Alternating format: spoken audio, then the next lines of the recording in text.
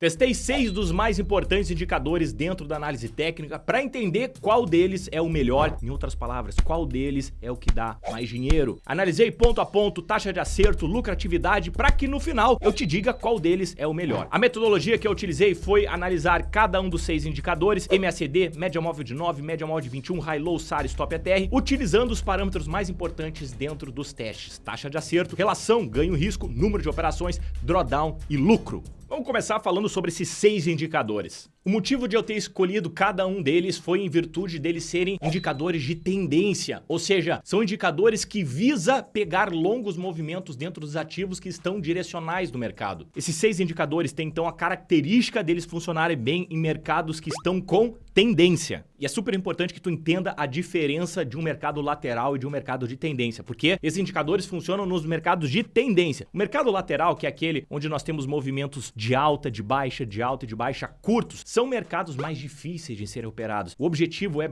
comprar enquanto o mercado cai e vender quando o mercado sobe. E já no mercado de tendência, não. O objetivo é pegar longas movimentações e é fazer poucas operações. Nos mais diversos testes que eu já fiz, também conhecendo, lendo livros de traders altamente renomados, todos os caras, sem exceção, optam por sistemas de tendência, porque eles são mais fáceis e também mais lucrativos de serem operados. Mas para te entender, sempre tem um cara que gosta do mercado lateral. Então o objetivo é comprar lá embaixo e vender lá em cima, comprar lá embaixo, vender lá em cima, pegar poucos movimentos, alvos muito curtos, enquanto nos mercados de tendência a gente vai fazer poucas operações com o objetivo de pegar alvos longos. Mercado de tendência, os indicadores de tendência têm como característica stop curto, alvo longo, algo que eu gosto muito. Entendido o porquê eu peguei esses 6 indicadores, vamos então entender as estratégias utilizadas em cada um deles. Começando pelo indicador MACD histograma, que é um indicador bem famoso, onde ele tem como objetivo buscar compras assim que o mercado dá os primeiros sinais de início de tendência e sair da posição assim que o mercado começa a mostrar sinais de fraqueza da tendência. Como é que a gente lê isso dentro do indicador? Bom, a gente vai ver um momento em que o mercado conseguir fechar com o indicador acima da linha do zero, exatamente nesse ponto aqui, e nós vamos fechar a operação somente no momento que o MACD passar para baixo da linha do zero. Ou seja, a gente vai comprar o candle que fechar com o MACD acima da linha do zero e vender o candle que fechar com o MACD abaixo da linha do zero e, portanto, a gente vai pegar todo este movimento aqui. Olha o stop curto e alvo longo aqui, hein? Na média móvel de 9 eu fiz os testes de acordo com o fechamento de um candle acima ou abaixo da média móvel de 9. Ou seja, eu vou comprar assim que um candle fechar acima da média móvel de 9, conduzir a operação até que um candle feche abaixo da média móvel de 9. Dessa maneira, nós também vamos pensar em alvos bem longos. Mas presta atenção, a média móvel exponencial de 9, que foi a que eu testei, ela é muito mais errática, ela é mais curta, né? Tem um lado bom, que a gente pega logo bem rápido o início da tendência, então logo que o mercado dá os primeiros sinais de tendência a gente já está entrando, mas também tem um lado negativo que o mercado fica sambando quando ele está fora da tendência e isso acaba tendo vários stops, porém curtinhos. Já que eu estava falando de média, né, testei além da média móvel exponencial de 9, a média móvel de 21 aritmética. Eu gosto demais dessa média, minha bazuca aqui dentro dos indicadores, então claro que eu coloquei ela à prova, né? Aqui eu peguei as operações onde nós vamos comprar com um candle acima da média móvel de 21 e encerrar a operação da compra vendendo essa operação assim que o mercado fechar abaixo da média móvel de 21. Então a gente vai estar basicamente testando a mesma coisa da média móvel de 9, porém lá numa tendência mais curta, utilizando o calibre exponencial em 9 períodos, enquanto aqui na média móvel de 21, uma tendência mais longa, utilizando o calibre de 21, porém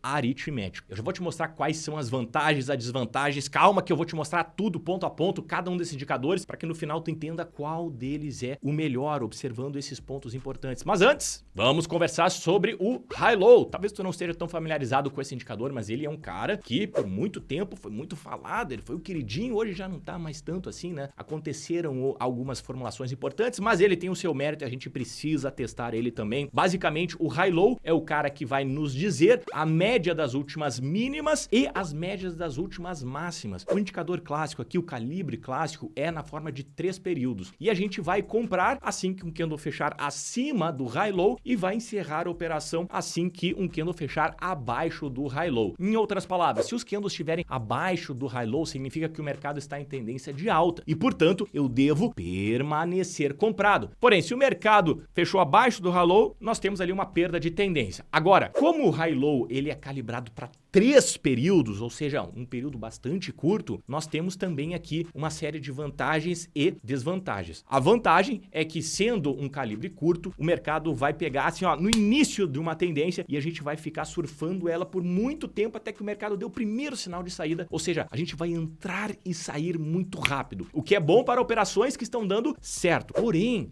para operações e que não vão dar certo, a gente vai ter uma quantidade de stops grande, né? O mercado sinaliza que sobe e aí a gente encerra. O mercado sinaliza que vai subir, só que daí a gente encerra. O mercado sinaliza que vai subir e aí a gente pega os movimentos. Esse tipo de sistema, nós somos obrigados a operar ele sempre no mesmo papel. Não dá para ficar pipocando de papel em papel, porque a gente nunca sabe quando os papéis vão entrar em tendência. Então nós somos obrigados a entrar em todo o sinal e a gente tem que aguentar essa quantidade maior de stops. Por mais que quando nós tenhamos lucro, o lucro vai pagar os stops mais curtos, tá? Nós temos que estar preparados psicologicamente para esse tipo de sistema. E o quinto indicador que eu testei foi o SAR parabólico, ou Stop and Reverse parabólico. Ou seja, basicamente é comprar quando o ativo passa essa bolinha aqui, que é o SAR, né? Quando nós temos um fechamento acima dessa bolinha, a gente vai comprar aqui e nós vamos fechar assim que a bolinha passar para cima. Em outras palavras, essa bolinha abaixo dos candles significa tendência de alta.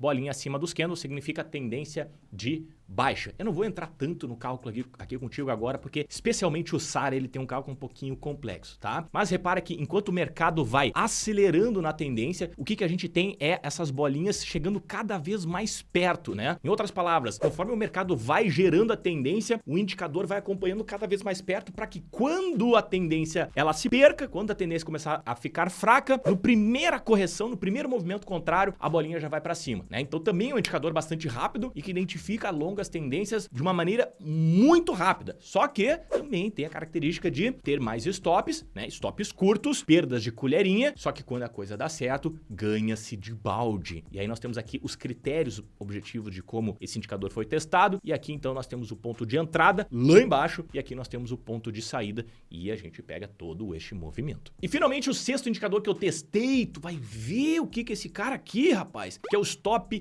ATR, também desenvolvido pelo Wells Wider, assim como o FR, assim como o SAR parabólico, Stop ATR. E ele visualmente parece o High Low, mas o cálculo dele é completamente diferente do High Low, tá? Enquanto o High Low considera máximas e mínimas, o Stop ATR considera fechamento, considera volatilidade também, e ele é, usualmente falando, a forma que eu gosto de utilizar, com um calibre mais longo. Enquanto no High Low nós consideramos 3 candles, o Stop ATR eu considero 21 candles. Então repara que eu tô testando aqui indicadores mais curtos, como o High Low, como a média móvel de 9, como o SAR parabólico, e indicadores mais longos, que considera tendências mais longas, que é a média móvel de 21, o MACD e também o Stop ATR. Loras, mas eu não sei o que significa cada um desses parâmetros do backtest. Então faz o seguinte, cara, eu vou deixar o link dessa aula aqui abaixo, material de toda essa aula, tá? Depois que acabar o vídeo aqui, tu pode ir aqui embaixo, clicar, fazer um download, é gratuito e tu vai poder estudar depois com calma e entender todos esses parâmetros aqui, beleza?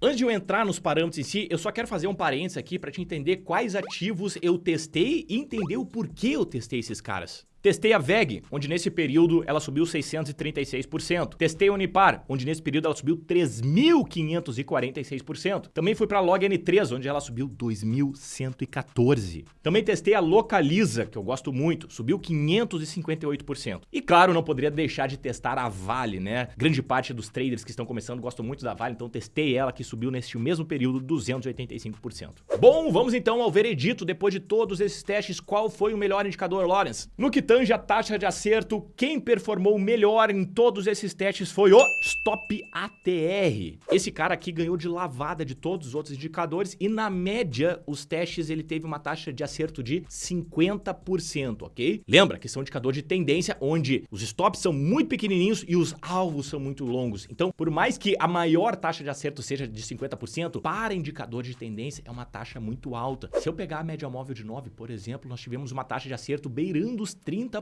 Só para te entender o quanto 50 é muito bom, hein? Relação ganho e risco, ou seja, o quanto se ganhou para cada real arriscado. Quem levou a melhor foi a média móvel de 21. Quando a gente fala de ganhar de balde, este cara aqui deu lavada nos outros, tá? Nós tivemos um payoff ali superior a R$3, ou seja, para cada risco, para cada real arriscado, a média móvel de 21 gerou nos trades ganhadores R$3. No que tange a número de operações, a análise foi: o sistema que gerou menos operações é o sistema ganhador, claro, né? Menos trabalho, menos corretagem, menos custo, menos, eventualmente, exposição ao mercado. Então, com menos operações, melhor. E o cara que ganhou isso, o que teve o menor número de operações foi o Stop ATR, com uma média de apenas 40 operações neste período para cada ativo. Em contrapartida, a média móvel de 9, só para efeitos de comparação, teve na média 155 operações, ou seja, no mesmo período a média móvel de 9 gerou 4 vezes mais operações do que o Stop ATR. Mas vamos falar a verdade, né? O que a gente quer saber mesmo, Lawrence? O que nós queremos como resposta é quem deu mais dinheiro, quem deu mais lucro. É verdade, cara. Esse é o ponto mais importante, né? Não adianta nada ter uma taxa de acerto maravilhosa, um número de operações pequena, uma relação ganho de risco ótima, se o resultado for muito pequenininho. Se um sistema ganhou R$1.000 enquanto o outro ganhou 20 mil, porra, qual que é o melhor? Agora, antes da gente falar sobre o lucro e também o drawdown, ponto extremamente importante, o drawdown é o quanto a curva de capital caiu. Em certo momento eu tava com R$20.000 e o sistema produziu uma queda lá pros 13 mil. Ou seja, eu perdi R$7.000, Lawrence. Meu drawdown foi de 7 mil. Pô, pesado, né? Mas antes de falar então do drawdown e do lucro, tu pode estar pensando: Lawrence, mas se todas essas ações subiram do jeito que subiu, de mais de 2.000%, não seria talvez mais lógico eu ter simplesmente comprado a ação em 2017 e ter esquecido ela e tá com ela até hoje, em 2023? Eu não teria ganho mais dinheiro do que algum desses 6 indicadores? Ou seja, o buy and hold não teria batido algum desses 6 indicadores? Se tu pensou isso, cara, excelente, merece um joia aqui embaixo, um curtida, porque a gente precisa sim, na hora de fazer os backtests, para ver se faz sentido, né? Se eu deveria estar aplicando todas as estratégias, toda essa trabalheira, do que simplesmente comprar. Eu vou primeiro finalizar aqui o drawdown e o lucro e depois eu vou responder essa importante pergunta, então fica comigo que a gente já tá quase no final. No quesito drawdown, o sistema que teve o menor drawdown, aquele que entregou a menor queda da curva de capital, foi o Stop ATR também. Esse indicador tá dando banho. Claro que o lucro ainda, né, é o que mais conta, mas por enquanto o Stop ATR tá bem demais, acertou mais, teve menos número de operações, teve menos declínio no drawdown e, sim, maior lucro também, junto com a média móvel de 21. Foi um empate técnico que aconteceu aqui, tá? Foi uma diferença realmente de algumas centenas de reais, que dentro das milhares de reais faz pouquíssima diferença. Então, eu pontuei a média móvel de 21 e o Stop ATR da mesma forma, o que garante o Stop ATR como o melhor indicador testado. Porém, será que ele é melhor do que o Buy and Hold? Vamos então ao duelo direto do Stop ATR com o Buy and Hold. Se observar o lucro de cada um desses ativos pelo Stop ATR de 2017 para cá contra o lucro do Buy and Hold, os mesmos ativos nestes mesmos períodos, eu vou ter que sim, o lucro do Buy and Hold teria sido melhor, Lawrence. Olha só, VEG foi melhor aqui, Unipar foi muito melhor, LogN3 foi muito melhor, Localiza nem se fala e Vale também. Então tudo que tu falou aí foi por água abaixo, né, Lawrence? Não, presta atenção. Aí que vem o pulo do gato agora. Olha o drawdown. Olha o quanto o Stop ATR foi melhor do que o Buy and Hold no drawdown. 33 na VEG, 50 aqui. 21 Unipar, 67% no Buy and Hold. Isso significa que se tu tivesse em algum momento ganhando R$100 mil na Unipar, tu teria saído do lucro de 100 mil lá para a faixa dos R$33 mil. Essa perda de 70 mil, tu teria que aguentar. Então repara como o drawdown é uma coisa muito importante. E sabe-se lá, né? Quem disse que o investidor não teria vendido antes? Até quando tu consegue segurar uma ação sem vender, observando todo esse prejuízo? LogN3, a mesma coisa, foi praticamente o dobro da queda. Localiza, aqui, por incrível que pareça, o Buy and Hold foi pouquinho melhor, né? Não justifica, na minha percepção, pelos outros motivos de risco, mas aqui foi um pouquinho melhor. E na Vale, sim, o Buy and Hold foi mais interessante, né? A gente vai ter essa questão, mas o Stop ATR, ele, em virtude de ter um argumento claro de saída, me chama muito mais atenção, gosto muito mais dele do que segurar uma ação e ficar rezando o Pai Nosso até que dê certo. A gente já viu várias ações como IRBR, Lojas Americanas, Light, que despencaram e colocaram muitos investidores no prejuízo. Agora, se isso é considerando sistemas em que nós temos longas tendências. Se tu é um cara de pegar movimentos de compra depois de quedas, tentando potencializar ainda mais esse tipo de operação, eu vou te sugerir que tu observe este vídeo aqui, que tu assista a ele com muita atenção, porque ali eu utilizo uma técnica de comprar um ativo depois que ele cai muito. E dessa maneira a gente consegue, inclusive, ajustando nos períodos certos, aumentar essa lucratividade. Tenho certeza que tu vai gostar. Te vejo lá.